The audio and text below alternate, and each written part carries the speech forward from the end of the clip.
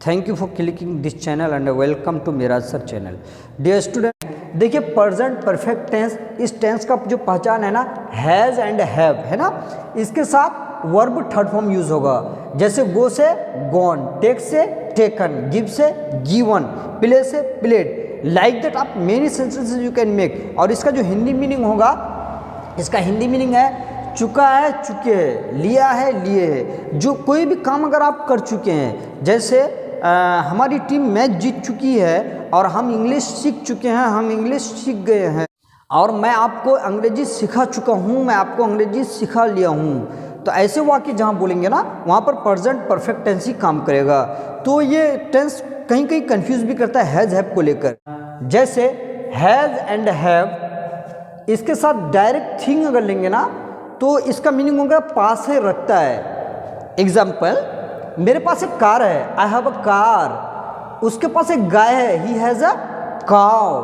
अब present perfect tense में, जैसे प्रेजेंट परफेक्ट टेंस, इसके साथ अगर हम ले लेते हैं हैज़ हैव, तो वर्ब थर्ड फॉर्म लेंगे, जैसे टेकन, गिवन, तो इसका मीनिंग चुका है, चुके हैं, लिया है, लिए है। मसलन आप यूँ समझें, एग्जाम्पल, जैसे I have taken the decision, मैं निर्णय ले चुका हूँ, मैं फैसला ले चुका हूँ। I have taken the decision, मैं निर्णय ले चुका हूँ, मैं फैसला ले चुका हूँ। और तुम सो चुके हो, यू हैव स्लेप्ट, तुम सो चुके हो, और आप मेरा इंतज़ार कर चुके हैं, आप मेरा इंतज़ार कर चुके हैं। You have waited for me, and वो आपको भूल चुका है, ही हैज़ फॉरगॉटन यू।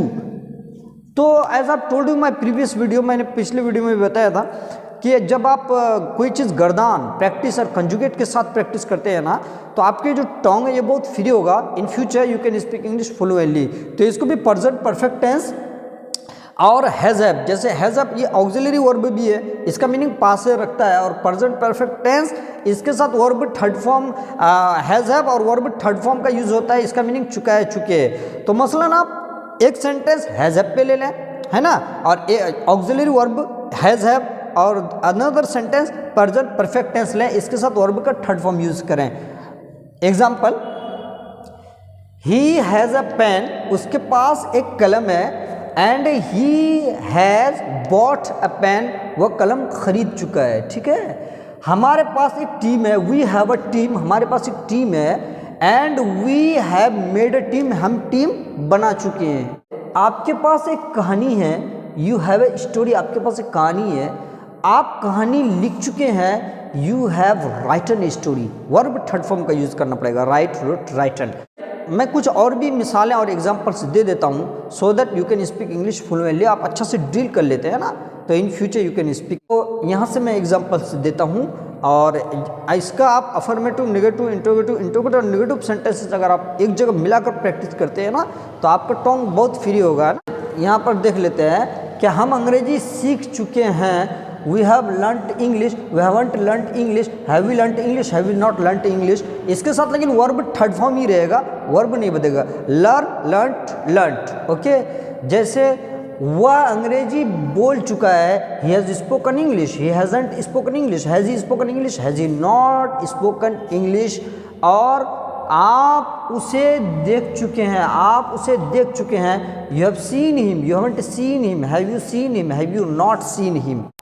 वो एग्जाम में पास हो चुका है, he has passed the examination, he hasn't passed the examination, has he passed the examination, has he not passed the examination। मैं 50 रन बना चुका हूँ, I have made 50 runs, I haven't made 50 runs, have I made 50 runs, have I not made 50 runs। Like that आप practice कीजिए, और जहाँ तक हो सके ना इसको प्रैक्टिकल लाइफ में भी लिया कीजिए।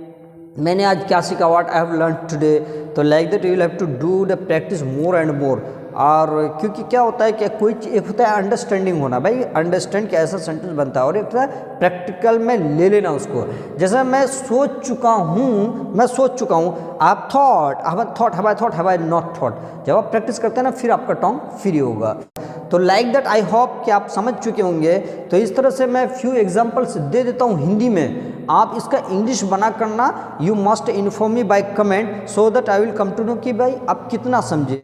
फर्स्ट वन, आप मेरा इंतज़ार कर चुके हैं, इसका आप बना लेना हिंदी, इंग्लिश बनाना, सॉरी। चेंज इनटू इंग्लिश आप मेरा इंतज़ार कर चुके हैं। और अनदर सेंटेंस में दे देता हूँ आपको, वह खाना पका चुकी है, इसका भी बना लेना, वह खाना बना चुकी है, इसका भी आप change into English. Another sentence में ये दे देता हूँ कि हम आपको याद कर चुके हैं, इसका भी बना लेना कि हमारी टीम मैच जीत चुकी है, इसका भी बना लेना। ये 4 sentence I have given and I hope that आप इसको अच्छा से बनाइएगा and you must inform me by comment so that I will come to know. तो आप इसको बनाने के बाद अब फिर हम few examples more I am giving you कि आप अच्छा से इसको समझें and keep trying to do the practice, है ना। आप हमें दावत दे चुके हैं, you have invited us, you have invited us, have you invited us, have you not invited us, like that. आप प्रैक्टिस जब से कीजिएगा ना तो कुछ सेंटेंस को चुके पे लिया कीजिए, माइंड में सेट कीजिए और उसका इंग्लिश तुरंत बनाने की कोशिश कीजिए। अगर आप बना लेते हैं इमीडिएटली तो समझ जाइए कि आपका जो टंग है ना वो फ्री है। And whenever you speak any sentences तो at this time you will not think and directly you can speak, you will be able to speak English fluently like that if you will do the practice। तो मैं few examples और भी दे देता हूँ, जैसे वह sweater बुन चुका है ना, he has knitted a sweater, he hasn't knitted a sweater, has he knitted a sweater, has he not knitted a sweater। आप कुछ कर चुके हैं, do did done आता है ना, you have done something, you have done something, have you done something, have you not done something, है ना।